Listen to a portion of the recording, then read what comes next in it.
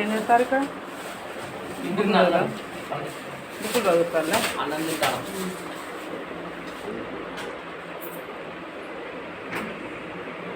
అయ్యే తిడితే బుద్ధి వస్తుంది అన్నమాట మీకు.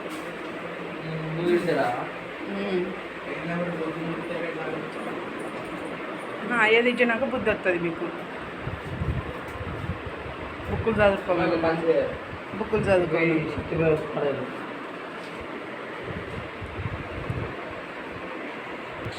అవి చదువుకున్నాక కాసేపు పడుకోండి.